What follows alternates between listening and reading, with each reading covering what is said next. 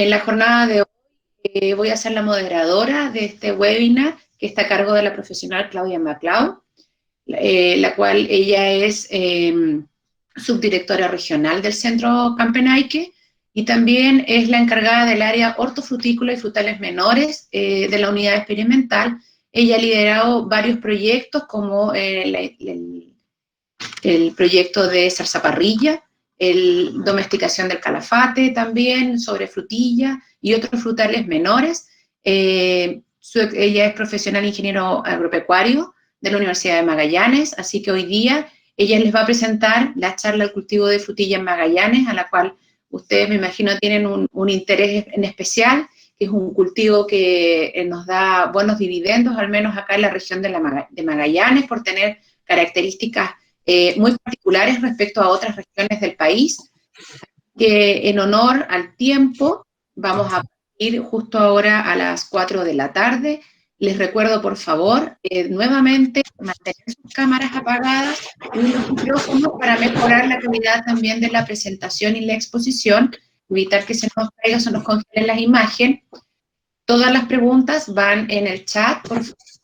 En el mismo está dispuesto el link para la encuesta de satisfacción.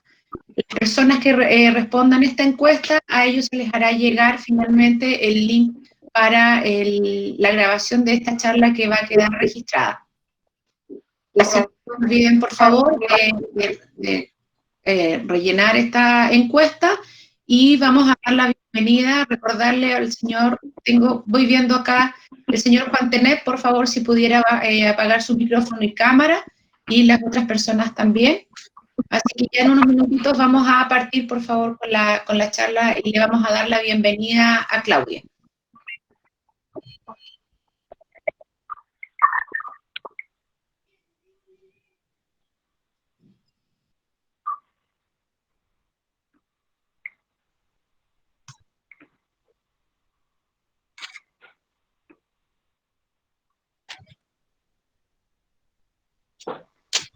¿Cómo están? Muy buenas tardes a todos. Vamos a dar unos 2 minutitos más para que este ruidito que se hace cuando ingrese la gente no nos distraiga tanto, pensando que recién son las 4:01 de la tarde. Vamos a esperar 2 minutitos más y vamos a dar comienzo a la charla para evitar interrupciones.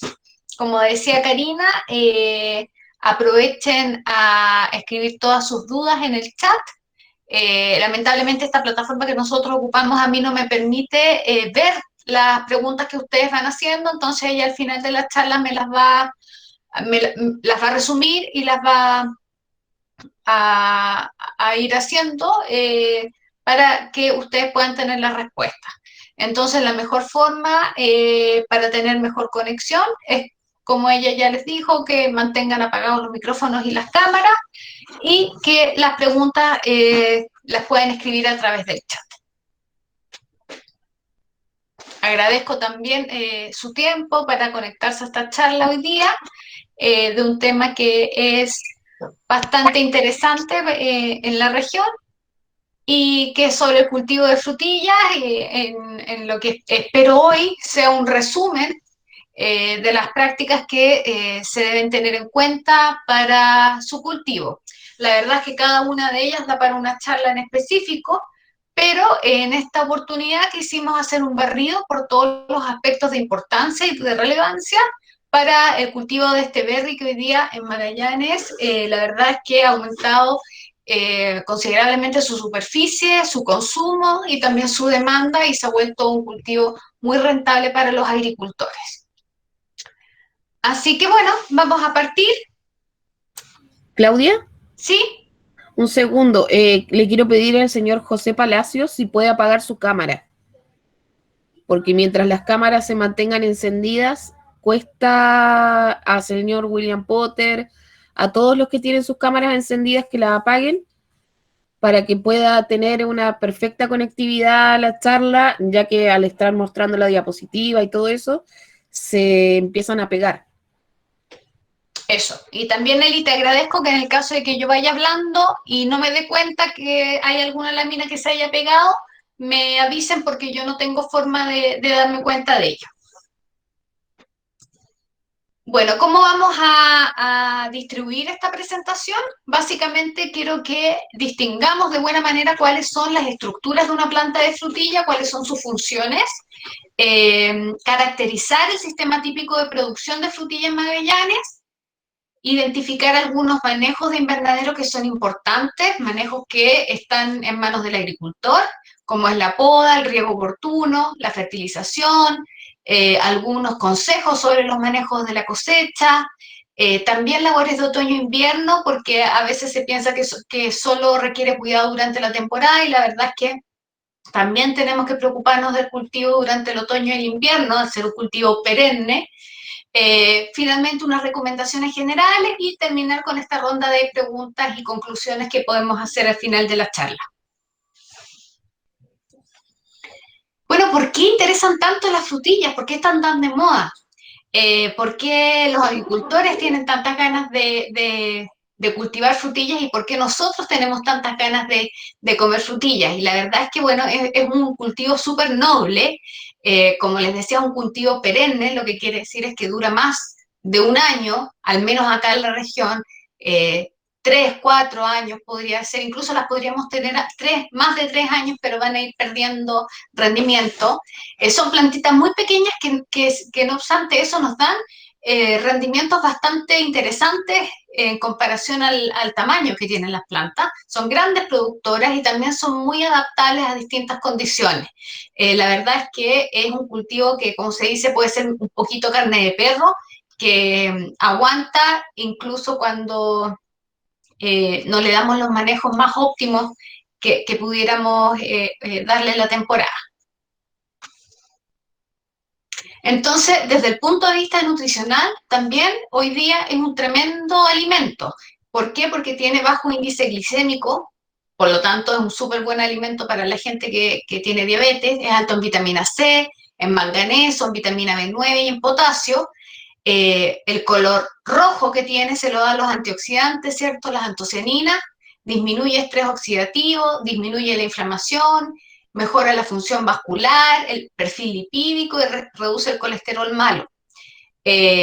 Una de las cosas negativas que pudiese tener para algunas personas la frutilla es que contiene una proteína que podría serlo un alimento alérgeno, provocando los mismos síntomas de la gente que es alérgica a las manzanas. Y esta proteína está asociada a las antocianinas porque hay estudios que indican que la frutilla blanca no tendría estos mismos efectos alérgenos que la frutilla roja o comercial. Entonces, como les decía, vamos a aprender cuál es la estructura de la planta de frutilla, vamos a aprender a caracterizarla y ver cuáles son sus órganos más importantes. El órgano más importante de la frutilla es este que está acá, que es la corona, desde la cual nacen las hojas, las flores, desde las flores, ¿cierto?, se convierten en frutos y también desde la corona se emiten las raíces y también los estolones. ¿Pero qué es la corona? La corona es como un tallo, como esto que tenemos acá, es un tallo engrosado, un poco lignificado, ¿cierto?, de 2 a 3 centímetros de largo, desde el cual se van emitiendo todos estos órganos que veíamos en la lámina anterior, y es la cual tiene almacena toda la energía de la planta, con la cual se van a poder formar los frutos, ¿ya? Es un órgano estratégico, pues en él, en la unión de las hojas con la corona, se encuentran las yemas meristemáticas. Y estas yemas responden a condiciones ambientales y nutricionales para determinar su desarrollo. ¿Qué quiere decir esto? Que en función de la temperatura y de la nutrición del suelo que tengamos, vamos a tener una planta que va a estar preparada para emitir flores o bien para emitir hojas y estolones. Si nosotros cortamos una corona desde un corte longitudinal, podemos ver que esta carnecita que está acá, ¿cierto?, es parte de la corona principal. Acá tenemos una corona lateral, porque durante el periodo de crecimiento y maduración de la planta de frutilla se van formando nuevas coronas, más jóvenes, y las coronas centrales van envejeciendo. Y desde esta misma corona van saliendo las raíces. Una corona sana debiera tener un color pálido, y esto se los indico porque más tarde vamos a ver daños provocados en coronas y cuál es la coloración que esto toma.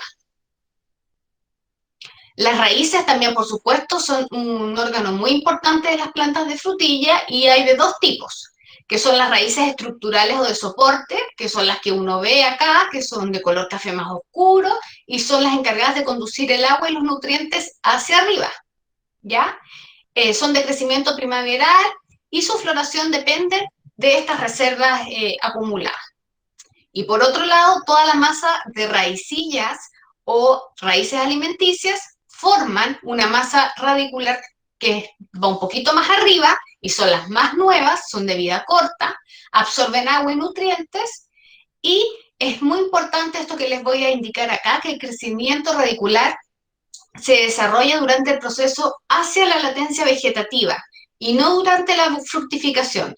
Es decir, mientras la planta está produciendo flores y produciendo frutos en la temporada productiva, no está haciendo raíces nuevas. Las raíces nuevas para la temporada siguiente las comienza a emitir a mediados de marzo y durante abril. Por eso yo mencionaba que también el manejo de otoño es un manejo muy importante. Las hojas crecen en un arreglo en espiral. Esta es la forma que tiene dentro de la corona, la forma en que van creciendo las hojas. Son trifoliadas y cada hoja tiene una vida activa entre 30 y 60 días. Y la plantita es capaz de formar hojas nuevas cada 6 a 8 días. La flor de la frutilla es una flor hermafrodita. ¿Qué quiere decir esto? Que tiene el órgano femenino y masculino en la misma flor. Esto que tenemos acá sería la parte femenina de la flor y lo que tenemos aquí es la parte masculina de la flor. Por tanto, también la planta de frutilla puede ser polinizada por tres medios. Uno, autofecundada, por aire o por insectos. ¿Ya? Lo importante es que haya un buen proceso de polinización para que podamos tener una fruta de buena forma, porque cada uno de estos pistilos tienen que ser polinizados para que sean convertidos, ¿cierto?, en una semilla, que es el fruto verdadero de la frutilla, y cada una de estas semillitas se llama aquenio. Entonces, en realidad, lo que uno come o conoce como el fruto de frutilla no es un fruto, sino que es el tejido que soporta a todo este conjunto de semillitas. ¿Sí? Esperemos un minuto, que hay alguien que estaba compartiendo pantalla, el señor César, por favor, y el resto que están compartiendo también que apaguen sus cámaras. Perfecto. La misma anterior, por favor. ¿Acá en hojas? Sí. Ahí Tú sí. me avisas cuando sigo. Estamos bien. Y el señor Pablo Mancilla, por favor, que apague su cámara. Perfecto. Entonces yo le contaba que las hojas crecen en un arreglo en espiral, son trifoliadas y que duran entre 30 a 60 días. Tienen una vida útil delimitada, por lo tanto es importante también, debido a esto, realizar algunos manejos de los que vamos a hablar más adelante. Esta lámina que yo le contaba de la flor de frutilla respecto a una flor hermafrodita, en esta parte interna podemos ver el órgano femenino de la flor y rodeado por el círculo azul tenemos la parte masculina de la flor. Hablábamos entonces que el fruto verdadero de la frutilla es el aquenio, que son estas semillitas que nosotros vemos por afuera y que lo que nosotros nos comemos en realidad es un tejido de soporte de todas estas semillitas que corresponden al fruto verdadero de la frutilla. Perdón. En el cultivo de frutilla existen dos tipos de plantas, al menos, que son las de día neutro o las de día corto. Dentro de las plantas de frutilla de día corto, lo puse al revés, las de día corto acá son Camarosa, Camino Real o Chandler. Y las de día neutro, me perdonan porque acá tengo un error en la presentación, se conocen las variedades como Albión, Monterrey, Aroma, San Andreas, entre otras. ¿Qué quiere decir que una sea de día neutro o de día corto? Simplemente quiere decir cómo reacciona la planta al fotoperiodo o a lo largo de los días. Y también... Claudia, ¿Sí? no estás presentando. ¿Alguien me sacó? No, pero no estás presentando. Vuelvo. Yo estoy viendo la presentación, por si acaso. Disculpen, ¿saben que cuando... Pero está en el centro, está en el centro. Sí, ya voy. Cambió toda la distribución y se ve muy chiquitita la presentación. Ya, ahí voy. Y ustedes me dicen cómo se va a ver. La voy a dejar en un 100% ahí. No, y es que cambió la presentación de todos Sí. los participantes y quedó como la presentación tuya al medio y aparece un montón de gente a los lados. El señor Palacios todavía tiene su pantalla abierta, la señora Juana Cárcamo también. Entonces no se ve. ¿qué podemos hacer? Por favor, le pedimos a todos los asistentes que apaguen sus cámaras para que podamos tener una mejor distribución de la pantalla. Claudia, yo creo que tienes que volver a compartir ¿Claudia? tu presentación. ¿Aún Ya. estás desde los dos celulares? No, tengo solo mi computador prendido. Voy a dejar de compartir y vuelvo a compartir a ver si se restaura esta cuestión. Ya, Vamos a ver. pero cambiaron la configuración de la pantalla. Ese es el problema, Clau. Ahí Ahora está. sí, Está no. perfecto. Ahí se ve. Ya, veamos. ¿Ahí estamos bien? Sí, excelente. Gracias. Ya. Perfecto. Gracias por avisar. Entonces, como le decía, esta diferencia entre las plantas de día corto o de día neutro básicamente significa el tipo de respuesta que tiene la planta al fotoperiodo o a lo largo de los días y a las diferencias de la temperatura. Es así que las plantas de día neutro son más estables o más indiferentes al alargarse los días, mientras que las de día corto se ven muy influenciadas cuando los días empiezan a alargarse y por lo tanto a florecer. Y eso hace de que tengan patrones de producción diferentes. ¿Alguien quiere decir algo? Que escucho ruidito ahí en... ¿No? Ok. Tienen patrones de producción distintos. Las variedades de día neutro tienen un patrón de producción más estable, ¿cierto? Durante toda la temporada, desde fines de noviembre a mediados de marzo, mientras que las variedades de día corto tienen un periodo de producción más concentrado, con mayor rendimiento, pero en un periodo de tiempo mucho más corto que las de día neutro. Sin duda que uno pudiese complementar ambos tipos de plantas en función del mercado al que uno quiera abastecer. Si vamos a hablar de calidad de plantas, tenemos que hablar de que uno tiene que partir la producción de frutillas sin duda con plantas de vivero, no con plantas producidas de estolones, no con plantas que se compraron en la feria o que alguien hizo plantitas y me trajo. Si uno las quiere para comer de postre en la casa, no hay problema, pero si uno las quiere para negocio, uno tiene que asegurarse de partir con la sanidad del material vegetal. ¿Qué quiere decir esto? De comprar plantas certificadas de viveros certificados.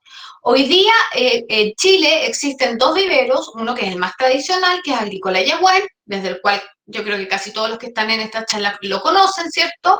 Y que Yaguén representa el programa de mejoramiento genético de la Universidad de California y trae todas las plantas a Chile que son desarrolladas por este programa.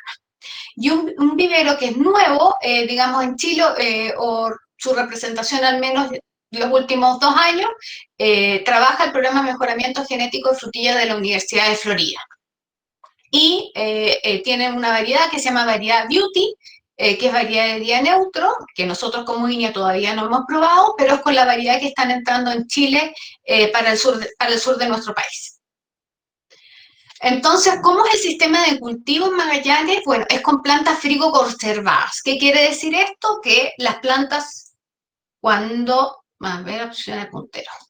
Las plantas cuando llegan a Magallanes, llegan de esta manera. Son plantas que están frigoconservadas en cámaras de frío y que cuando uno las manda a pedir, vienen una carrera contra el tiempo, porque es como sacarlas del refrigerador, del congelador y se empiezan a deshielar. Y al empezar a deshielar, empiezan a brotar y a consumir la energía que tienen almacenada en su corona. Entonces, nosotros tenemos una plantación de primavera, generalmente en el mes de octubre, ¿cierto?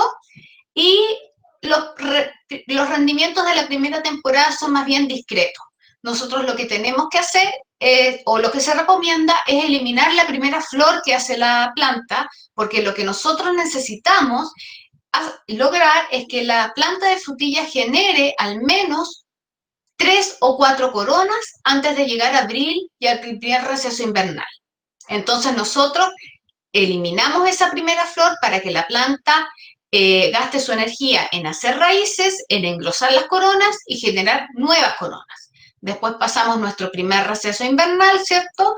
Entre abril y septiembre, y acá tenemos nuestro segundo año de producción, donde en realidad la planta es capaz de manifestar todo su potencial, siempre y cuando nosotros sepamos darle las condiciones que requiere.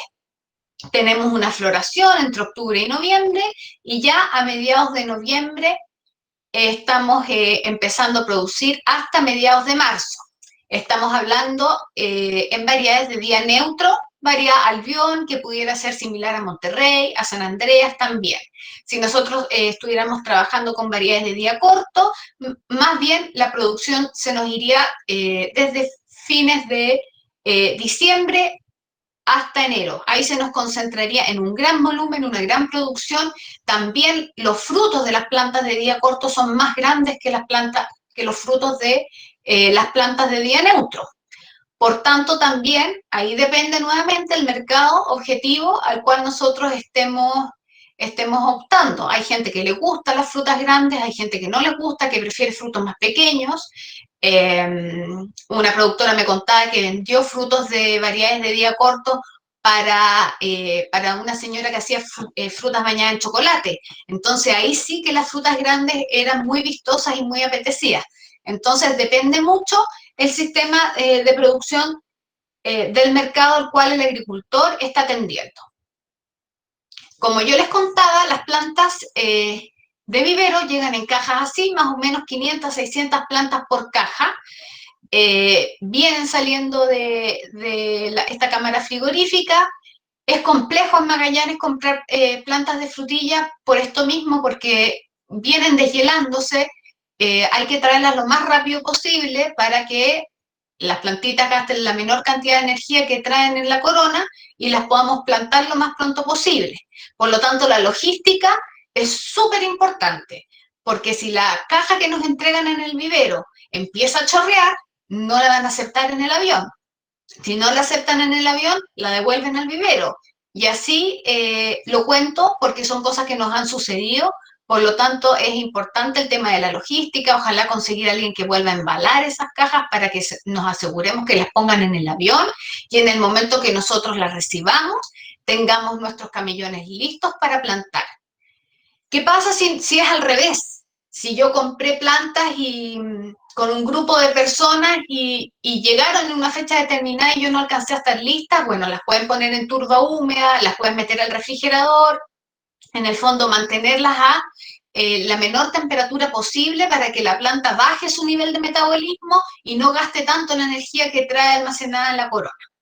Otro tipo de planta que existe en el mercado son las plantas en maceta o tray plant, pero la verdad son mucho más caras, no están muy disponibles en el mercado a nivel nacional, pero sí, claramente esto una vez que se trasplanta empieza a producir inmediatamente. No tenemos que hacer el proceso de aclimatación o de engorda de corona que tenemos que hacer cuando trabajamos con plantas frigo conservadas.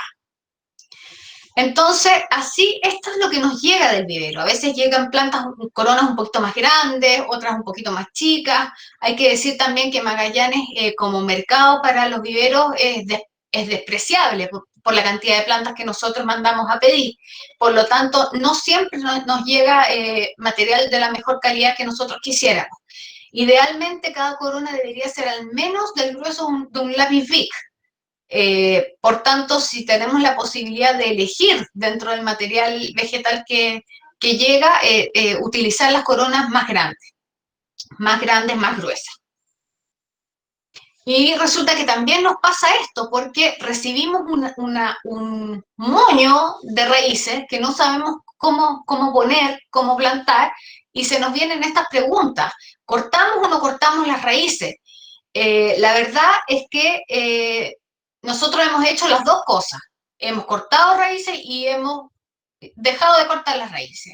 y lo que se sugiere hoy día es no cortarlas, tratar de no cortarlas, pero sí asegurarnos de plantarlas de una buena manera, que nos asegure que las raíces van a quedar absolutamente estiradas en el suelo y que no se nos van a enredar o se nos van a doblar para arriba, porque eso pudiese provocar una asfixia y una muerte de la planta.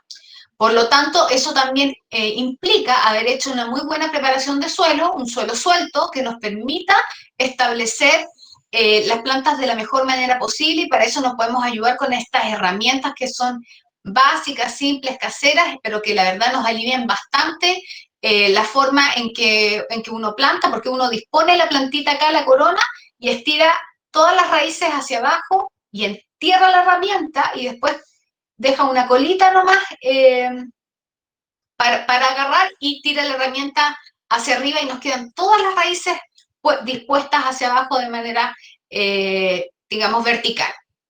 ¿Cuál es la profundidad adecuada del establecimiento? La verdad es que nosotros necesitamos que la mitad de la corona quede cubierta de tierra. Esto va a permitir un mayor arraigamiento, un crecimiento radicular, que no se nos deshidraten las raicillas que están quedando, que pudiesen quedar destapadas, ¿cierto? Que no nos quede una corona colgada, que pudiera hacer que finalmente la planta no se arraigue y no logre prender de la manera que nosotros estamos necesitando. La elección del lugar también es importante. Ojalá pudiéramos contar con un suelo con un buen contenido de materia orgánica, suelos sueltos. A la frutilla no les gustan los suelos que son muy arcillosos o que tiendan a anegarse, ¿cierto? Les gusta un suelo con un buen drenaje, un suelo suelto y sectores soleados. Eso es lo ideal para el cultivo de frutilla. Idealmente lo que nosotros sugerimos es hacer cultivo sobre mesas de plantación o sobre camellones, ¿cierto? Platabandas de 80 centímetros de ancho, 30 centímetros de alto, donde ponemos 3 hileras de frutillas, ¿cierto? A una distancia entre 25 y 30 centímetros. Hacemos una marcación del lugar donde vamos a establecer la planta, en forma de cruz y no en forma de círculo, principalmente porque la cruz va a permitir o va a ir cediendo el plástico a medida que la corona va creciendo, mientras que el círculo lo que pudiese hacer es ahorcar la corona, ¿cierto? Estrangularla y perjudicando el desarrollo de la planta. Ahora, uno pudiera preguntarse de todos los tipos de mulch plásticos que se usan, ¿cuál es lo mejor? Bueno, nosotros tenemos 2 objetivos al utilizar mulch para el cultivo de frutilla. Uno es, bueno, mejorar un poco la temperatura del suelo, estamos aumentando la profundidad, estamos mejorando la temperatura del suelo, estamos también evitando la competencia con las malezas, y en función del color de la temperatura en función del color del mulch, vamos a tener un mayor aumento de temperatura o no. Hay zonas que son muy calurosas en la zona central, donde se utiliza este mulch o plástico blanco, principalmente para poder reflejar más la luz, porque la fruta literalmente se puede cocinar en los meses más calurosos. En nuestro caso, no ocurre eso, y lo que nosotros necesitamos hacer es que el efecto del plástico logre calentar el suelo, que es una de nuestras principales limitantes para el cultivo. ¿Por qué? Porque necesitamos lograr temperaturas mayores a 12 grados para tener un desarrollo radicular más óptimo, ¿ya? Y si resulta que tenemos temperaturas de suelo más frías, se nos inhibe la aparición de las raíces absorbentes, y si no tenemos raíces absorbentes, por lo tanto, no vamos a tener absorción de nutrientes y se va a desencadenar que vamos a tener entonces menos flores, menos fruta y finalmente un rendimiento o una temporada más bien mediocre.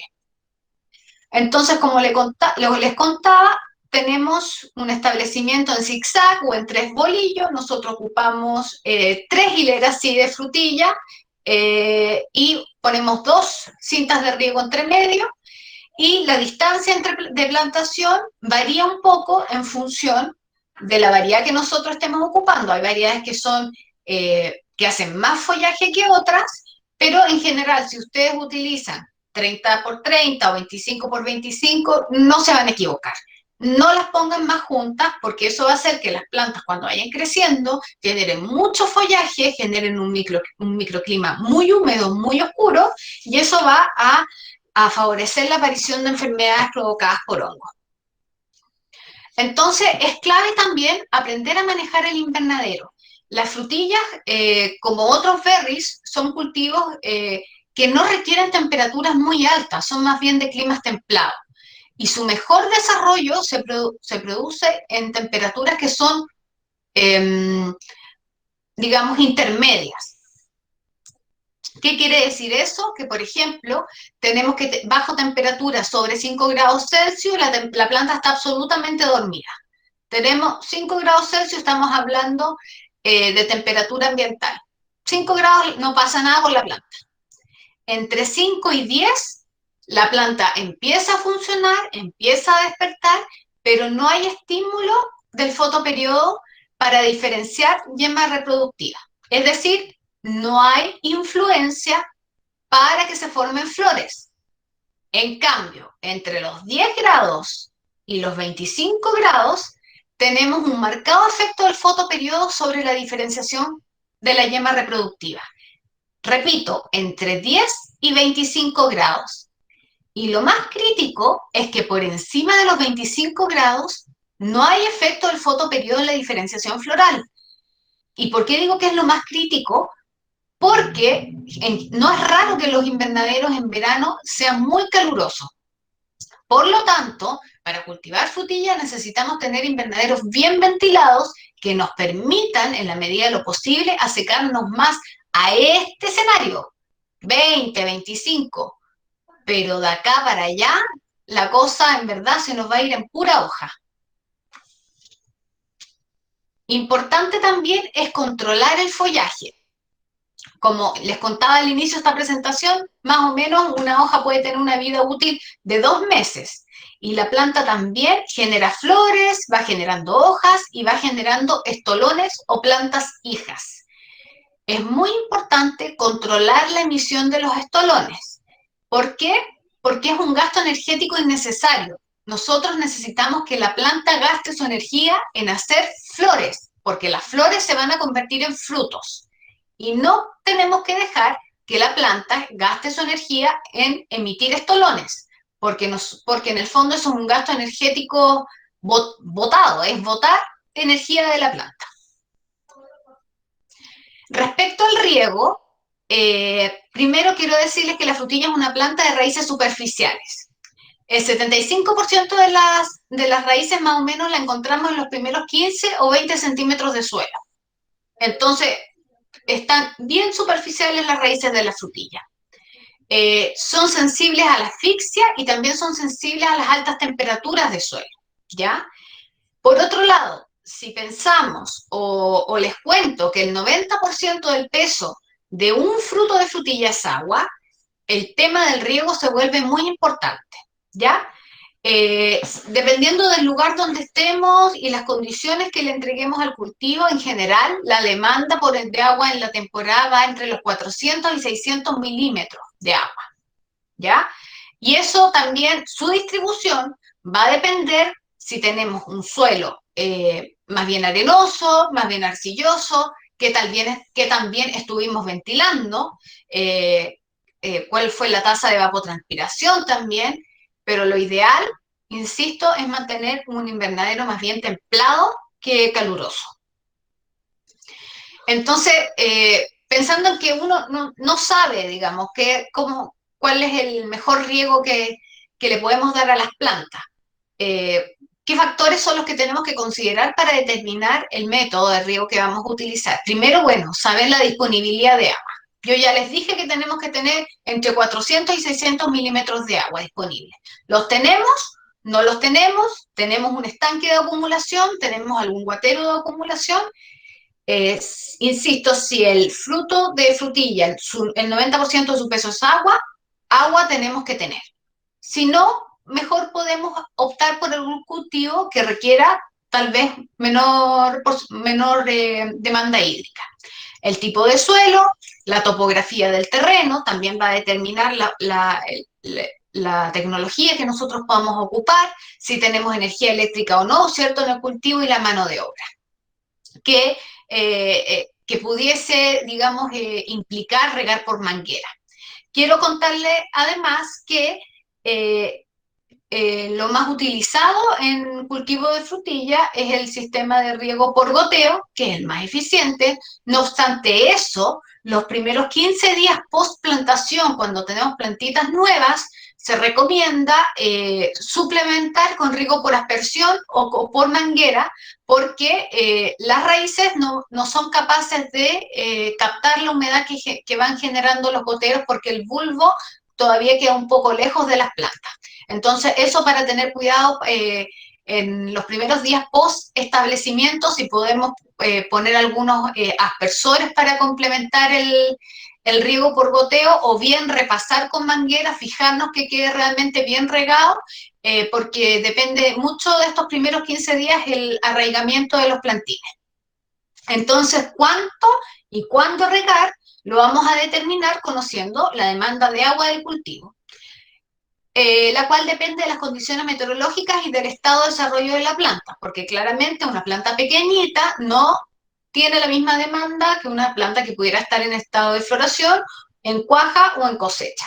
Y para esto existen diversos tipos de instrumentos, desde los más sofisticados, como estas sondas que tenemos acá, ¿cierto?, donde podemos poner un visor y ver el porcentaje de humedad en tiempo real que tiene el suelo. Otros instrumentos que son de un uso un poquito más simple, como los tensiómetros, aunque también sirve perfectamente la tradicional técnica del puño, meter la mano bajo el plástico, bajo el camellón y ver, sentir con la mano si es que el suelo está húmedo, si es que tiene suficiente humedad o no.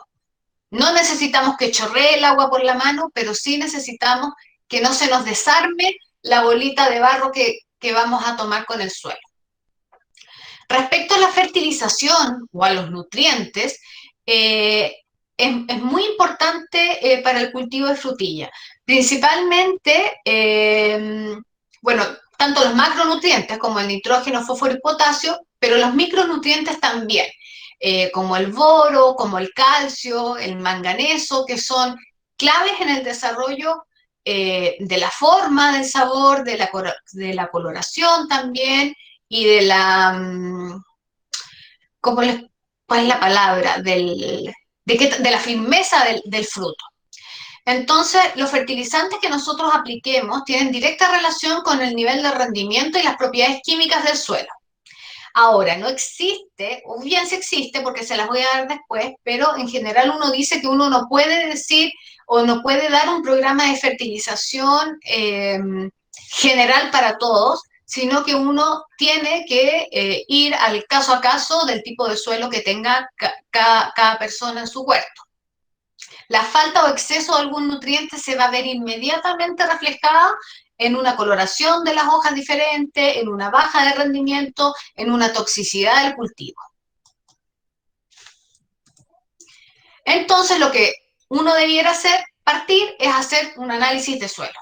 El análisis de suelo es absolutamente homólogo al examen de sangre que nos piden los médicos cuando vamos al doctor, antes de decirnos cualquier cosa, cualquier diagnóstico, que nos piden una batería de exámenes para ver cómo estamos nosotros por dentro. El análisis de suelo es lo mismo para saber qué nutrientes y en qué disponibilidad se encuentran, cuáles hacen falta y cuáles en realidad no es necesario agregar. Esta lámina que está acá abajo es más o menos cómo se ve un análisis de suelo cuando se entrega al productor, ¿cierto? Lo que uno puede muestrar es alrededor de un kilo de suelo del lugar, dependiendo de si vamos a mostrar más de algún invernadero, vamos a necesitar más de alguna muestra, porque ustedes sabrán perfectamente las diferencias que se encuentran entre un invernadero y otro. El suelo no es parejo en el terreno. Acá les dejo este cuadro solamente para que ustedes sepan cuáles son las propiedades químicas de suelo que requiere el cultivo de frutilla, y en el caso de que tengan un análisis de suelo lo puedan comparar con esto El link está abajo porque está obtenido de un boletín de INEA también de manejo de frutilla. Y también decirles de que no es necesario hacer un análisis de suelo todos los años. Un análisis de suelo le puede servir como referencia por 3 o 4 temporadas. Por lo tanto, si bien tiene un costo importante, alrededor de los 30.000 pesos, es una herramienta que es muy importante para poder hacer un buen manejo de su cultivo durante la temporada. Pero, ¿qué pasa si no tenemos análisis de suelo? Si no hay análisis de suelo, existen unas fórmulas estándar que están hechas para los distintos cultivos, en las cuales uno ocupa esta fórmula que está acá. Dosis de nutrientes es igual al rendimiento esperado por un factor de corrección. Entonces, acá tenemos 1 hectárea, ¿cierto? Superficie sin pasillos es media hectárea. Le restamos la superficie de los pasillos. Rendimiento esperado, yo le puse que nuestro rendimiento esperado es medio kilo por planta. Eso quiere decir que tenemos 45.000 plantas por hectárea y un rendimiento de 22 toneladas por hectárea. Y por este lado acá tenemos las dosis de los nutrientes que va a requerir nuestro cultivo. Nitrógeno, fósforo, potasio, calcio, magnesio, azufre, boro y zinc. Y estos son los factores de corrección que nos da por defecto, ¿cierto?, para este cultivo. ¿Por qué hay un margen? Porque nosotros podríamos decir, no, ¿sabe qué? Este invernadero, antes yo lo tenía, había un galpón que era un gallinero, yo lo desarmé y puse un invernadero. Por lo tanto, es probable que ese suelo sea alto en nitrógeno. Entonces vamos a ocupar un factor de corrección más bajo. Por el contrario, si vemos que es como un murtillar, un peladero, vamos a ocupar un factor de corrección un poquito más alto porque seguramente el cultivo, o sea, el suelo es bajo en nitrógeno. Si no tenemos ningún antecedente o no se nos ocurre con qué relacionar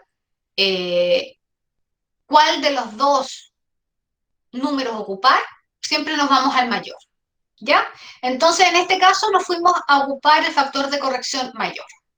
Entonces, ¿qué hicimos? Que la dosis de nutriente, por ejemplo, la dosis de nitrógeno, va a ser igual al rendimiento esperado en toneladas por hectárea, que eran 22,5, por el factor de corrección, que es 2,2.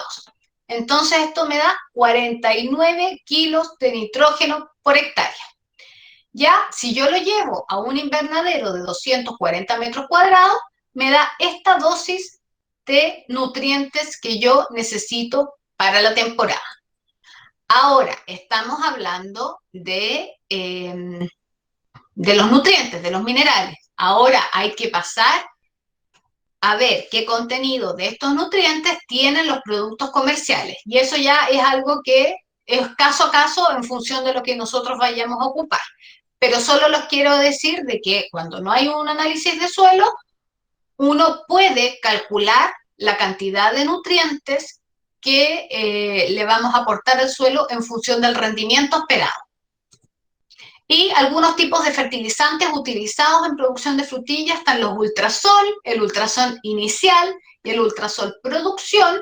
Vemos que acá el ultrasol inicial es un 15-30-15, es decir, tiene un 15% de nitrógeno, 30% de fósforo, 15% de potasio, y el producción tiene un poquito menos de nitrógeno, un poquito menos de fósforo, pero tiene mucho potasio. ¿Y por qué? Porque estamos fomentando con la producción la formación de los frutos, la formación del sabor, y complementamos con los micronutrientes, por ejemplo, con este producto que se llama Fetrilon Combi, donde tenemos un micronutriente que es súper importante para la frutilla, que es el boro. El boro que nos va a ayudar a tener una forma de fruto uniforme, bonita, ¿cierto? Y el brillo también. Tenemos el calcio para tener un fruto duro, que no se nos desarme cuando lo vayamos a cosechar. Y en el caso de que no tengamos la posibilidad de tener un sistema de riego tecnificado, existen otros tipos de fertilizantes, como se llaman los fertilizantes de liberación lenta, como es el Basacote Plus 12M. ¿Qué significa 12M? Que tiene un periodo de liberación de 12 meses. Ahora, 12 meses a temperatura ambiente de 20 grados Celsius. Por lo tanto, pudiera ser que en Magallanes tuviera un periodo de liberación un poco más lenta. En este caso, este fertilizante habría que aplicarlo al establecimiento en el hoyo de plantación muy bien mezclado con el suelo para no generar toxicidad en las raíces. Importancia de los manejos del agricultor en el momento de la cosecha. Es importante realizar las labores de cosecha bien temprano en la mañana o al atardecer, ¿ya? Esto nos va a permitir que la fruta tenga una menor temperatura en la pulpa y por lo tanto un proceso de respiración más lento. Con esto vamos a retrasar lo que más podamos el deterioro y la pérdida de peso de la fruta. Tenemos que pensar que la frutilla está viva, incluso sigue respirando después que la cosechamos. Por lo tanto, a mayor temperatura, lo que va a hacer el fruto es botar más agua más rápido, ¿ya? Entonces, si nosotros hacemos que la fruta la llevamos a un lugar protegido del sol o del calor lo más rápido posible, lo que tenemos que hacer es tratar de bajar la temperatura de la fruta lo más rápido posible para perder menos agua y por lo tanto tener un mejor rendimiento, ¿cierto?, comercial en el momento de la venta. En este gráfico quiero que identifiquemos primero la temperatura ambiental exterior, que es esta línea celeste que tenemos acá abajo. Partimos un día a las 8 de la mañana, un día bonito de verano de haber sido. El pic de temperatura fue a mediodía con unos 16, 17 grados y se mantuvo así hasta las 6 de la tarde. Eso afuera. ¿Qué pasaba dentro del invernadero? Nos vamos a la línea morada. También partimos con 10 grados, a mediodía pasamos, mira, llegamos como a los 32, 33 grados y recién empezó a bajar la temperatura de los 30 grados después de las 6. Esto era la temperatura ambiente que teníamos dentro del túnel. Ahora vamos a ver qué pasaba con la temperatura de la fruta en la planta. Nosotros teníamos una planta con frutos y le pinchamos con un termómetro y queríamos ver qué temperatura tenía, cómo iba subiendo también la temperatura. Nos subió de los 28 grados la temperatura a las 2 de la tarde. Pero cuando nosotros íbamos cosechando e íbamos dejando los envases dentro del invernadero, la temperatura de la fruta podría llegar a los 36, 37 grados. Mientras que si nosotros nos llevábamos los envases cosechados y los poníamos en una bodega a la sombra, logramos bajar, ¿estoy bien? Sí, logramos bajar la temperatura dramáticamente. Bajamos la temperatura a 20 grados. O sea, tenemos casi 10 grados de diferencia si es que vamos cosechando y dejando los envases adentro del invernadero o si los vamos retirando a un lugar, como les digo, no es una cámara de frío, no es un refrigerador, simplemente es una bodega fresca que no le pegue el sol para bajar la temperatura, disminuir la respiración y hacer finalmente que disminuir lo que más podamos la pérdida de agua. Entonces, lo que nosotros tenemos que hacer es cosechar hasta mediados de marzo. ¿Qué pasa a mediados de marzo? Que las plantas pueden seguir produciendo. Pueden seguir produciendo, van a seguir emitiendo flores, pero ya va a costar que la fruta empiece a madurar. Se nos va a quedar la fruta verde, y lo que nosotros necesitamos en este momento, mediados de marzo y durante abril, es preparar la planta para la siguiente temporada. Por lo tanto, tenemos que eliminar todas esas flores y esos frutos que quedaron a medio madurar. Los tenemos que sacar aunque nos duela. También es importante revisar y aporcar las frutillas porque las raicillas nuevas se van formando por la parte superior de la corona. Por lo tanto, si es que quedan descubiertas, se van a deshidratar y eso va a repercutir en una menor producción de la planta.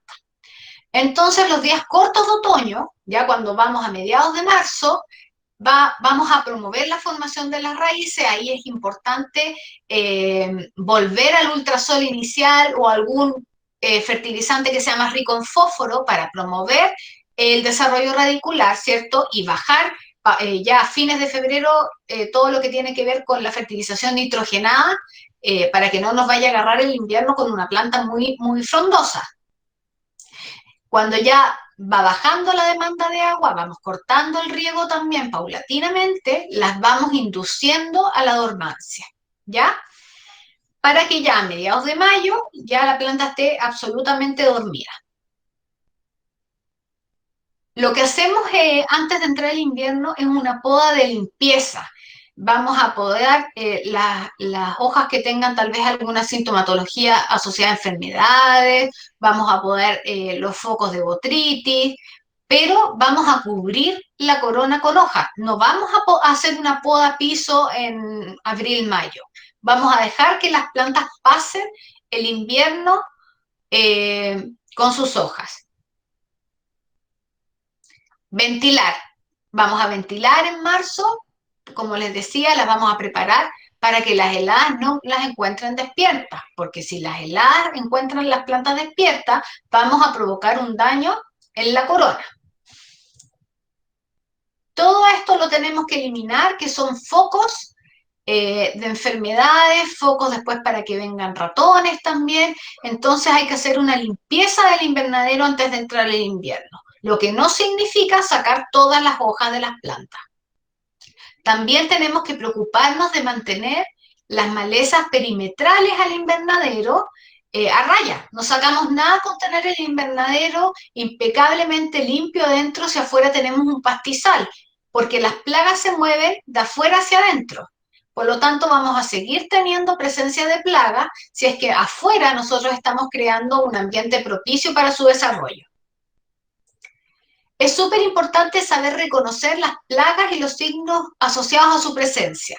Las plagas más comunes en Magallanes yo creo que son las que estamos mostrando en esta fotito, pero es importante reconocer, es importante mirar y monitorear, porque generalmente lo que pasa es que uno se da cuenta cuando ya el nivel de la plaga es demasiado alto y es difícil de controlar.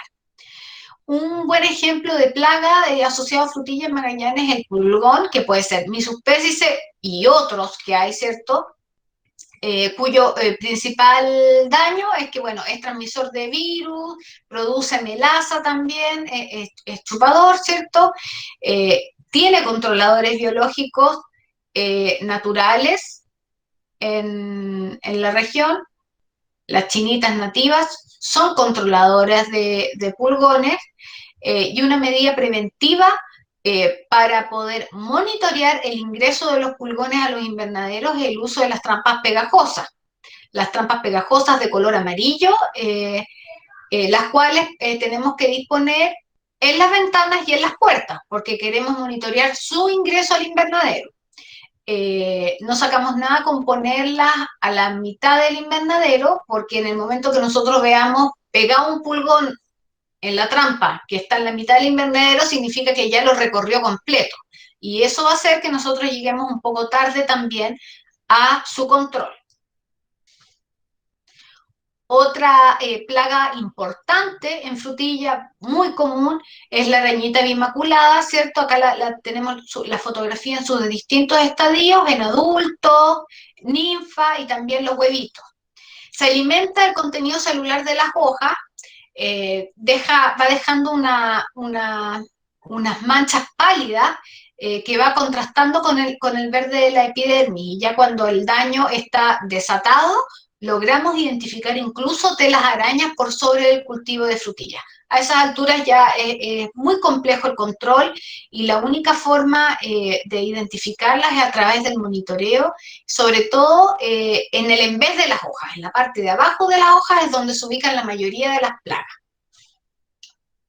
El trips de California es un poquito más difícil de identificar, menos conocido porque es más chiquitito y escurridizo, pero también provoca bastante daño, sobre todo en el proceso de floración es el momento en que provoca el mayor daño porque su alimentación pudiese provocar que que tengamos un proceso de cuaja y de formación de fruto que sea irregular, ¿ya? Se alimenta, claro, de las hojas, de las flores, de los frutos y también provocan virus. A los trips, eso sí les gusta o les atrae más bien el color azul.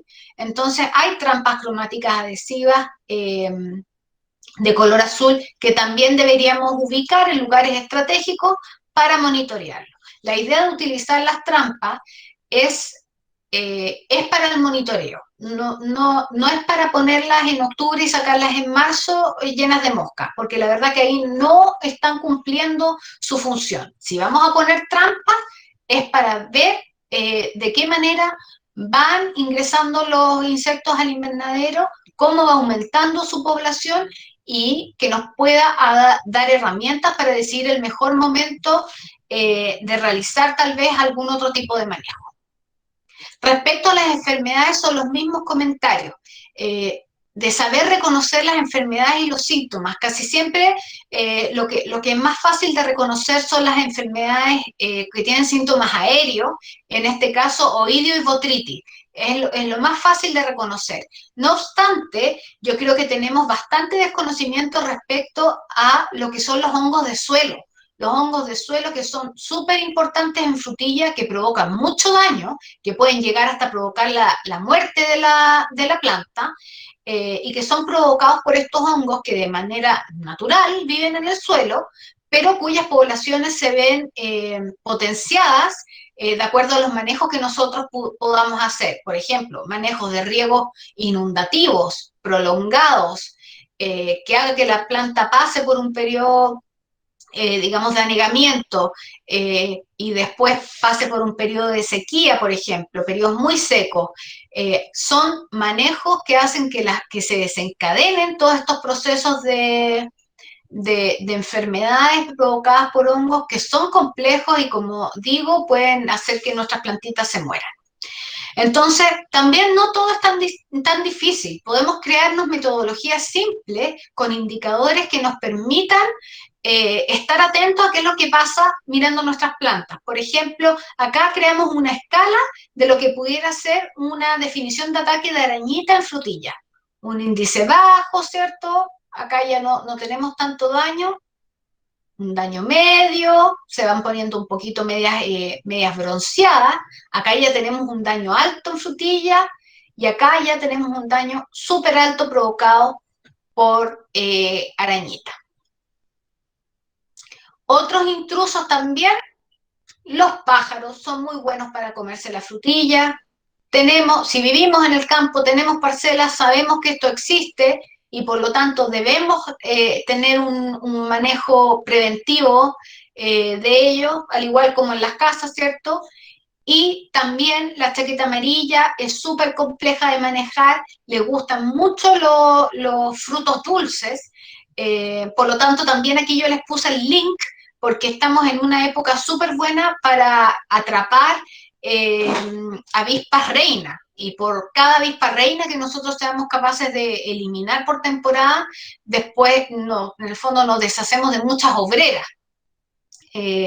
Así que los invito también a revisar este link para hacer trampas caseras para atrapar a las reinas de la chaqueta amarilla, que sin duda hacen mucho daño a los cultivos. Y finalmente, independiente de qué es lo que estamos hablando, de qué plaga, de qué enfermedad, aquí hay una palabra que es clave y que es la prevención. La prevención para poner las trampas, para ir mirándolas, la prevención para poner cultivos acompañantes, como el ajo es un muy buen repelente de pulgones y lo ponemos entre medio de nuestros cultivos de frutilla y nos ayuda bastante a disminuir la población, y además después tenemos ricos ajos para las comidas también. Observar, lupa, que cada vez que entremos al invernadero andemos con nuestra lupa, miremos nuestras plantas, no solamente entremos a cosechar o a regar, entremos a mirar su estado sanitario, a mirar la coloración de las hojas. Yo sé que a veces es difícil porque uno se confunde, no sabe si le falta algo, si es una deficiencia nutricional, Pero para eso está hoy día el celular, están las fotos, están los técnicos, están los libros también. De alguna manera podemos ayudar. Está también la aplicación de productos fitosanitarios, ¿cierto? Agroquímicos o fortificadores foliares, o simplemente acá la aplicación de jabones para limpiar las plantas, y que incluso pudiese ser una aplicación de aire que provocaría un efecto mecánico que hace que que las hojas se muevan como si fuera un temporal, y ese efecto de movimiento de la hoja va a hacer de que los insectos se desplacen, y por lo tanto ya le estamos complicando un poquito más el proceso de reproducción y de establecimiento. Y por supuesto también la construcción de los hoteles de insectos, que nos van a ayudar a dar albergue a los insectos benéficos, que son los que van a venir a comerse nuestras arañitas, nuestros pulgones. Los podemos instalar dentro de nuestra huerta, nuestra quinta, en la entrada del invernadero. La idea es que no se nos vayan los controladores porque no tienen dónde hacer su periodo de receso invernal o de reproducción, sino que también nosotros nos preocupemos de darle las condiciones para que no se nos vayan tan lejos y para que en el momento en que nosotros los necesitemos, ellos estén cerca. También todas las flores coloridas van a traer polinizadores y van a traer insectos beneficiosos. Súper importante sacar la nieve de los invernaderos. Este año hubo nevazones importantes. Sacar la nieve, no solamente por el peso que provoca sobre la estructura, sino también porque, bueno, después se generan los bolsones de agua, ¿cierto?, con el deshielo, y nos pudiera romper la estructura que tanto cuesta armar acá en la región. Por lo tanto, todos los cuidados que podamos tener con ella, yo creo que se lo merecen, porque la verdad que gracias a ellos nosotros podemos cultivar en nuestra zona. ¿Qué otros manejos? Si sabemos que tenemos una parcela que se nos inunda en el invierno, y que todos los inviernos se nos inunda, y eso hace que no podamos preparar suelo en octubre, y que se nos pasa la fecha, y que todavía está mojado, hagamos zanjas perimetrales. Hagamos zanjas perimetrales, se hacen una sola vez, y eso va a permitir de que el agua que viene corriendo hacia nuestra parcela o hacia nuestros invernaderos no infiltre, y que nos permita de alguna manera tener un mejor manejo, partir antes la temporada y por supuesto evitar de que nuestras plantas puedan pasar un periodo de estrés con sus raíces bajo el agua. Les vuelvo a repetir que las plantas pasan el invierno con hojas. Pasan el invierno con hojas, sobre todo este año que el invierno fue súper helado, julio fue súper helado. Hubiera sido, yo creo, fatal para la corona no haber tenido su protección de hojitas, porque se provoca daño, que puede ser leve a muy severo. Acá tenemos estas fotos de daño menor por helada, provocado por helada en la corona, daño severo. Si ustedes tienen frutillas en su predio, los invito a hacer el ejercicio de sacar un par de plantas, hacer un corte longitudinal y ver el estado sanitario de su corona. Está pálida, como se las mostré al inicio de la presentación, blanquita, sana, o ya ven coloraciones café que pudieran ser producto del frío. Les paso el dato que les puede servir para también ver la condición sanitaria de sus coronas. Un daño menor pudiese tener una baja incidencia en el rendimiento de la temporada. No obstante, un daño severo, seguramente a esta pobre plantita le va a costar mucho emitir un par de frutos en la temporada. Esto también es importante. Los daños en flor provocados por heladas son muy comunes durante octubre, porque en octubre todavía es muy escarchador en la noche y casi siempre se nos escarchan las primeras flores. Esta es una flor sanita, así la deberíamos ver. Si vemos una flor con el corazoncito negro, ya se nos escarchó. Y esa flor ya no tiene nada que hacer en la planta, porque lo único que sigue haciendo es quitando la energía. Por lo tanto, cuando nosotros vayamos a revisar el invernadero, si vamos viendo que las flores ya están con su corazón negrito, se las sacamos y con eso vamos a potenciar de que vaya haciendo flores nuevas y que flores que ojalá no se nos escarchen. Hay tecnologías que podemos ocupar para evitar que las flores se nos escarchen, como poner mantos de malla antihelada en las tardes, etcétera. Por eso tampoco se recomienda hacer una poda a piso tan temprana, porque esta poda a piso temprana es una señal para que la planta se active y empiece a hacer sus nuevas hojitas y empiece a emitir flores inmediatamente. Y por lo tanto, si sabemos que todavía vamos a tener temperaturas bajas, vamos a estar perdiendo las primeras flores, que las primeras flores siempre son de los frutos más grandes. Así que bueno, antes de iniciar la temporada, podar a piso, pero ya cuando estemos bien seguros de que no estamos con tanto frío. Por ejemplo, nosotros siempre nos gusta podar la primera semana de septiembre. La primera semana de septiembre vamos podando piso, limpiamos, se puede aplicar un jabón también después de podar, limpiar, retirar todo este material que va saliendo del invernadero, las hojas, se llevan inmediatamente o a compostar o al destino que ustedes les den, pero no quedan por ahí dando vueltas porque se vuelven inmediatamente focos de plagas y enfermedades.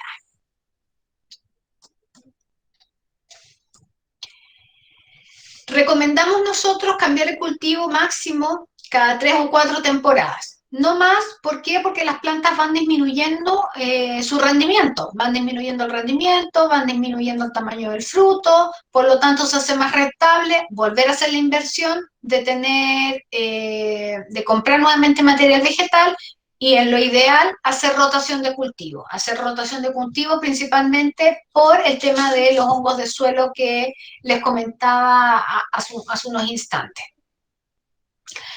Ya estoy terminando mi charla y quiero contarles que en el canal de YouTube de INEA hemos hecho 10 cápsulas que hablan sobre estas temáticas generales de los manejos claves para el cultivo que ustedes pueden revisar en caso que tengan dudas.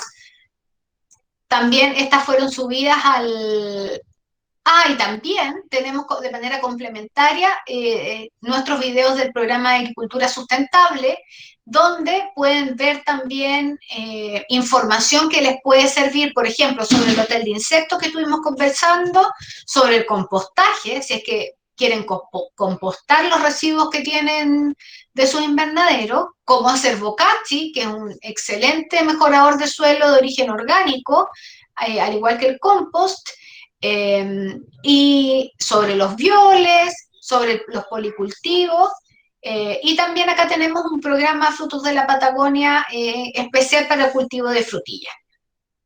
También los videos de frutillas fueron subidos a la plataforma Chile Agrícola. Como siempre los invitamos también a visitar la página web de INEA a través de la biblioteca digital.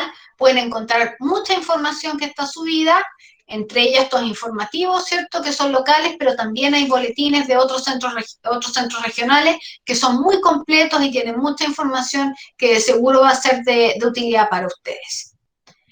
Así que muchas gracias, con esto termino mi charla y doy paso a las preguntas. Bueno, muchas gracias, Claudia, por tu presentación. Tenemos algunas preguntas. Pregunta Ingeborg, ¿puede el calor provocar aborto floral? El calor se entiende también dentro de los invernaderos. Sí, absolutamente. No sé si estoy compartiendo pantalla o me ven a mí. No, te vemos a ti. Ya. Dejaste de compartir pantalla. Sí. Y otra pregunta también. Absolutamente. Las temperaturas altas provocan aborto floral. Por lo tanto, es muy importante la ventilación de los invernaderos. Ahora tenemos temperaturas bajas, pero también la temperatura durante el día es súper inestable porque pasa una nube, se nos enfría el invernadero, se despejó el día, se nos calienta el invernadero. Por lo tanto, también es muy dinámico y la verdad es que si bien podemos decir que el cultivo de la frutilla es rústico, que aguanta, también tenemos que ser lo suficientemente estratégicos de darle las condiciones que necesita el cultivo. Perfecto, súper claro. Otra pregunta, Claudia, ¿qué fertilizantes naturales se recomiendan o podría asimilar de mejor forma la frutilla dentro de esta línea agroecológica o sustentable? Mira, de autoproducción puede ser el supermagro, que es un fertilizante completo, ¿cierto?, que se puede hacer. pero también comentar de que hoy día, debido principalmente a este gran boom exportador que hay a nivel nacional de la fruticultura, casi todas las empresas que producían productos convencionales hoy día también producen productos orgánicos certificados que están elaborados a partir de plantas, pero desde el punto de vista casero puedes hacer purines de ortiga, puedes hacer infusiones, que no van a estar orientados a nutrir la planta, pero sí hacerla resistir de mejor manera el ataque de plagas y enfermedades, entendiendo que todo esto es parte de un agroecosistema donde no vamos a tener un escenario donde estas no existan. Muchas gracias. Pregunta también, Will, ¿qué variedades de frutillas, si lo pudieras repetir, recomiendas para la región? Y si se pueden conseguir estas variedades a escala de autoconsumo. ¿Existen estas variedades que tú nombraste a nivel local o solo es importación? Ya, bueno, ¿qué variedades son? La que más se recomienda, la que más gusta es la variedad Albión, de día neutro, la variedad Aromas, la variedad Monterrey, San Andreas, todas estas son del vivero Yagüen, que es el que tiene la licencia de la Universidad de California, por lo tanto es el único vivero autorizado en Chile para producirla. ¿Qué pasa generalmente cuando se piden a vivero? Se pide, el pedido mínimo son 5.000 plantas. Eso es harto, puede equivaler a 2 o 3 invernaderos de frutilla eso. Por lo tanto, hay algunas experiencias que se han hecho es que se unen varias personas que necesitan una menor cantidad y entre todas ellas hacen este pedido de las 5.000 plantas.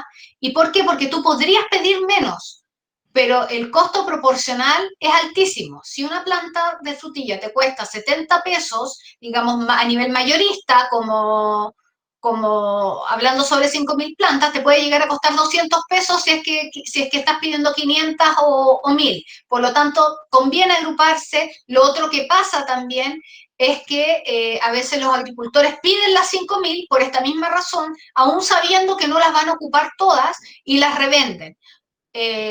Para facilitarle también la vida a la gente que quiere tener 100 plantas, 20 plantas, quiere poquitas, y generalmente esto se sabe en las mismas redes de los agricultores, de manera informal, pero es la forma en que hoy día se hace, digamos, la venta del material vegetal.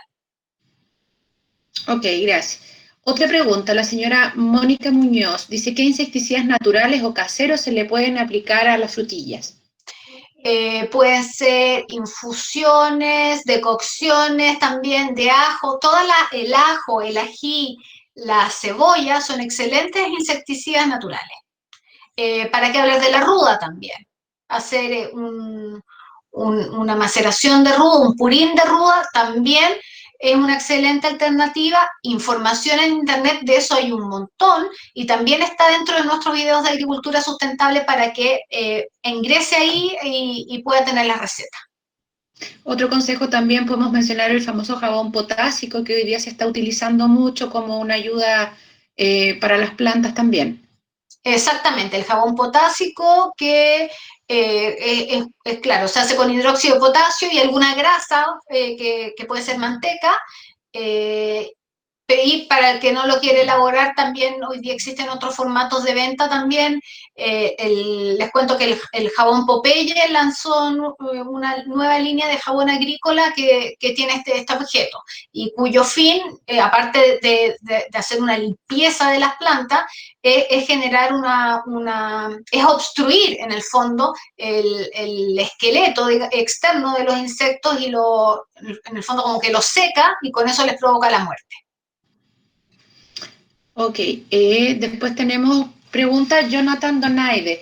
¿En qué parte de Punta Arenas se analizan muestras de suelo para ver nutrientes?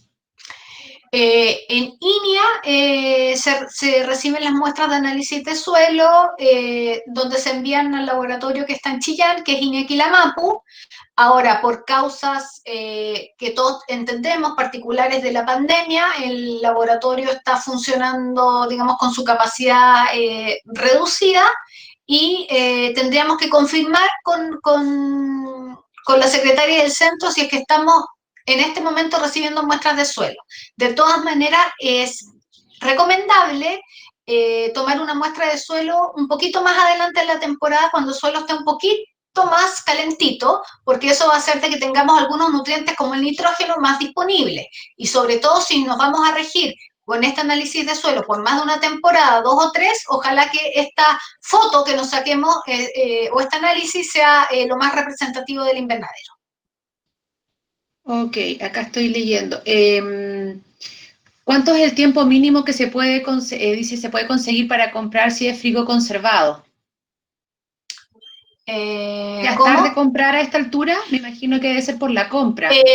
Mira, generalmente funcionan los viveros con plantas a pedido. Nosotros generalmente pedimos las plantas en abril, donde el vivero te pide pagar un 40%, ¿cierto?, las reservas, y pagamos el restante, el 60%, en octubre, cuando estamos listos para recibirla.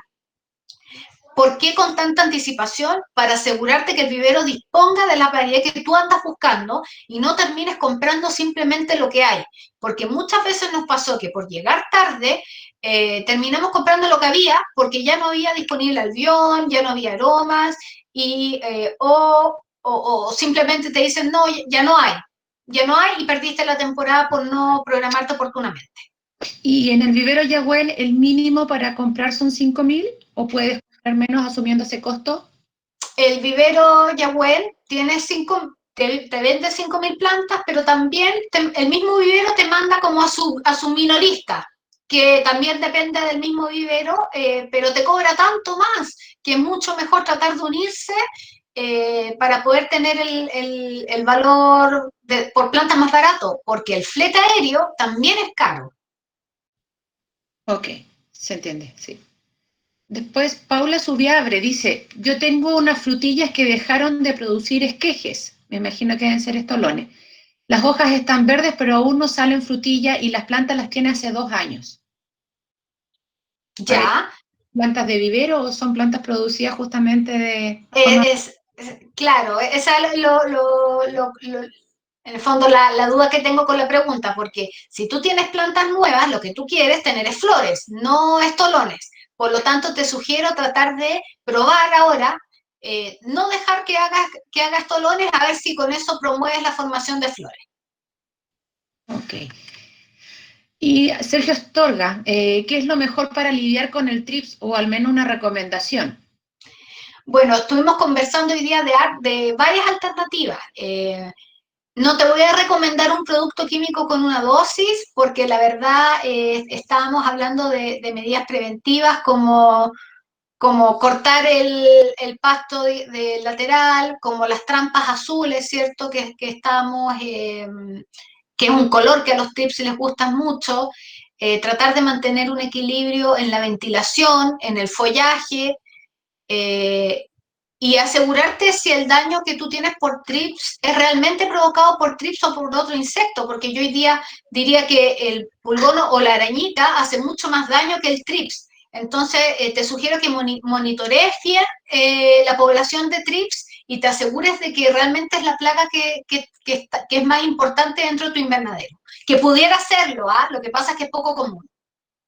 Y hacer otro alcance, recordar que el TRIPS hace daño también en la época de floración, no cuando está ya cuajada la fruta. Entonces, ahora que las plantas se están despertando, es cuando tenemos, y empieza justamente a emitir los botones florales, es donde tenemos que tener mayor ojo y observación en nuestras plantas. Acá la lupa tiene la que lupa estar es la clave. Sí. William Potter pregunta, ¿dónde podemos obtener frutillas blancas para la cordillera? Para precordillera, para la región de Arica y Parinacota. Mira, lo que yo sé, buena pregunta, todos queremos tener plantas de frutilla blanca. La zona de frutilla blanca es la zona cercana a la región del Biobío, esa es la zona, digamos, donde existe la mayor población de frutilla.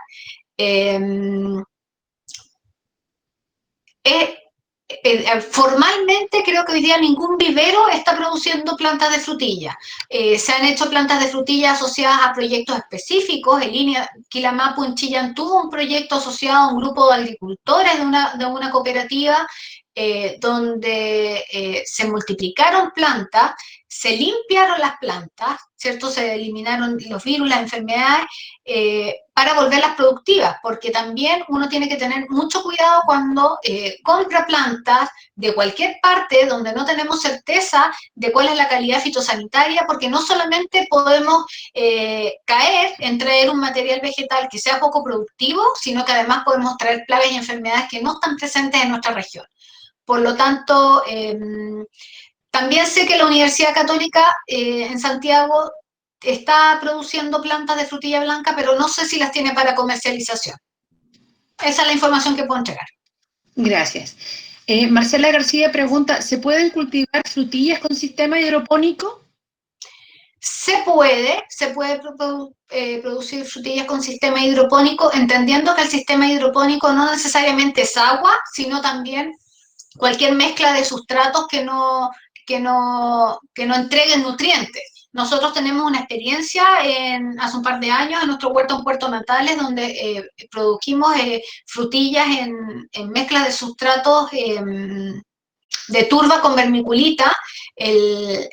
El beneficio que tiene es, bueno, que cosechas parado, que la fruta no toca el piso, por lo tanto hay menor pérdida de fruta, tienes mayor rendimiento por unidad de superficie, si bien va en desmedro de la producción individual, pero en superficie tienes más rendimiento.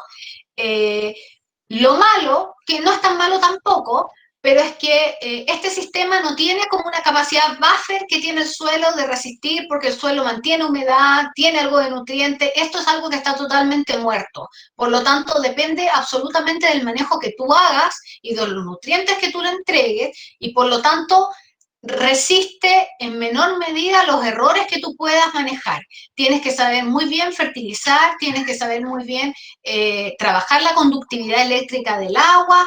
Por lo tanto, para alguien que no conoce bien el cultivo de frutilla, yo sugiero partir por suelo y en una segunda etapa irnos a un sistema hidropónico, un sistema de sustrato inerte.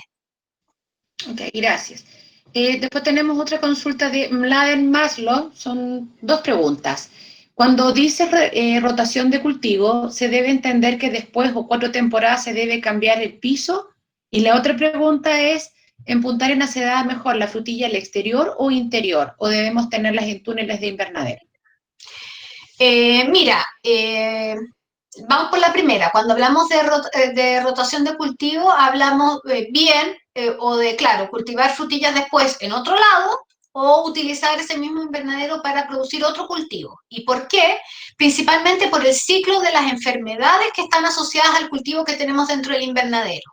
Un periodo de producción de frutilla de 3 o de 4 años hace que estas enfermedades de suelo y las plagas, los ciclos, queden muy asentados dentro del invernadero. Por lo tanto, si le vamos a dar un segundo ciclo nuevamente de 4 años, es muy probable que no nos vaya tan bien como en la primera vuelta. ¿Y por qué? Porque vamos a tener niveles de enfermedades de suelo que van a estar probablemente desequilibradas, vamos a tener las plagas ya establecidas en el invernadero. En cambio, si le cambiamos el cultivo, probablemente, o en realidad lo que pasa, es que esas enfermedades no estaban asociadas al otro invitado que llegó, digamos, al cultivo nuevo. Entonces tú le cortas el ciclo a las plagas y enfermedades, y esa es la principal razón por la que es necesario hacer una rotación de cultivo. La otra pregunta respecto al tipo de estructura que se requiere para hacer cultivo de invernadero, de frutilla. Tú puedes cultivar frutilla en invernaderos, en túnel, al aire libre, en microtúnel también, que es una alternativa de bajo costo y que te permite proteger las plantas. ¿Qué pasa al aire libre con la frutilla? Es que su crecimiento va a ser más lento porque va a estar expuesto a condiciones de viento, de temperaturas más bajas, que va a hacer que su proceso de fotosíntesis y maduración del fruto va a ser más lento, vas a tener menos rendimiento, pero sin duda van a ser los frutos más ricos que vas a comer, porque por esa diferencia de temperatura y por ese frío que vas a tener al exterior, eso va a provocar que los azúcares se concentren y tengas frutos más dulces. Ahora, eso a nivel comercial no es tan viable, la verdad, porque vas a tener menos frutos. Pero sí, una producción en microtúnel es viable, una producción en macrotúnel es viable y una producción bajo invernadero con policarbonato hay que manejarla con cuidado, principalmente por el tema del manejo de la temperatura, porque el policarbonato es un tipo de cubierta que nos ayuda a levantar mucha temperatura. Por lo tanto, probablemente no es la mejor estructura para cultivar frutillas. Perfecto. Y respecto justamente a la rotación de cultivo, pregunta Bárbara, ¿qué cultivo es el mejor para la rotación de cultivo? En el fondo, romper con el ciclo. Yo creo que la avena. Sí, una de las cosas que se recomienda tanto para frutilla como para cualquier otro cultivo donde tú quieras romper el ciclo de enfermedad es sembrar avena. Cuando ya levantaste las plantas de frutilla, siembras avena. La avena es como un limpiador del suelo. Y finalmente lo que tú tienes que hacer para en estas rotaciones o cambio de cultivo, lo que tienes que fijarte es ojalá cambiar la familia de los cultivos que estás trabajando. No utilizar la misma familia, después de frutillas pudieras poner un cultivo que sea de raíz o poner cultivos de hojas como la lechuga, pero cambiar de familia y ojalá hacer esa limpieza de avena previo al establecimiento del próximo cultivo. Ok. Respecto a infraestructura de invernaderos, Liliana Ortiz pregunta si el vidrio igual levanta mucha temperatura, así como el policarbonato. Sí, mucha temperatura, y ahí habría que ver si es que yo no tengo experiencia en producir frutillas, digamos, en estructuras bajo vidrio, pero yo creo que levantan mucha temperatura, ahí habría que ver también ahí el tema de la radiación y si es que se nos quema la fruta. Pudiera llegar a quemarse la fruta, creo yo, como pasa en el norte. Sí, sí, lo mismo. Otros hacen comentario que el vidrio hace un efecto lupa, y justamente Exacto. eso, como cuando uno poda en exceso también. Y la condensación también, o sea, con un vidrio que se condensa, después esas gotas caen, sin duda que eso nos puede producir daños en los frutos. Y otro tema es que los vidrios no traen el filtro UV y las plantas o las frutas y hortalizas sí requieren de ciertos filtros, por eso los plásticos y los policarbonatos, el hortalicero, que debiera ser, deben tener filtro UV también, que es una recomendación que se realiza.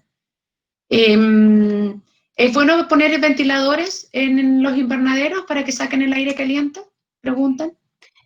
Dependiendo del cultivo que tengamos, dependiendo de la temperatura que tengamos, si estamos hablando de frutillas, ya dijimos el rango de temperaturas que necesitamos manejar y por sobre la temperatura en la cual la planta absolutamente para su desarrollo fisiológico, por lo tanto estamos perdiendo tiempo. Si tenemos cultivo de frutilla y estamos por sobre los 30 grados Celsius, por cierto que es necesario sacar ese calor por alguna parte. Yo creo que con eso estamos, Claudia. No hay más preguntas y más que nada agradecer la presentación. Existen felicitaciones también. Muy didáctica la presentación, muy clara los alcances que has hecho. Y les recordamos a todos, por favor, no se olviden de llenar la encuesta de satisfacción. Así que por mi parte los despido y muchas gracias. Sí, muchas gracias a todos por asistir a esta charla. Espero que tengan mucho éxito y le insisto con meterse ahí a la página de línea. Hay harta información. Los invito a cultivar frutillas en la casa. Ojalá que cada vez sea más accesible, sí, contar con el material vegetal en la región, porque yo creo que los que hemos cultivado frutillas es nuestro peor, digamos, estrés es el momento del traslado y la llegada de las plantas. Así que gracias a todos y que tengan buena tarde. Hasta luego, gracias.